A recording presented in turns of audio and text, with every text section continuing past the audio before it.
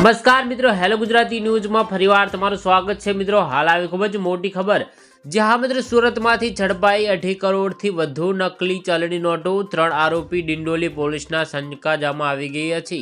જ્યાં મિત્રો સુરત જાણે દિવસે દિવસે ક્રાઇમ સિટી બનતી જતી હોય તેવી ઘટનાઓ સતત બહાર આવી રહી છે।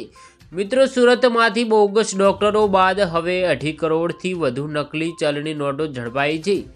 મિત્રો સુરતના ડિંડોલી પોલીસે 3 આરોપીઓને નકલી ચલણી નોટો સાથે ઝડપી પાડ્યા છે।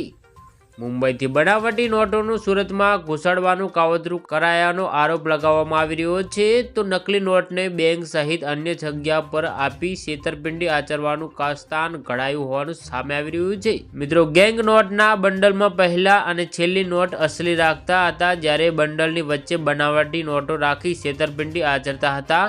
મિત્રો નિયલ ચોક પોસ્ટ નજીકથી નકલી નોટ સાથે આરોપી ઝડપાયા હતા। 500 થી 200ના દરની નકલી નોટો જપ્ત કરવામાં આવી છે।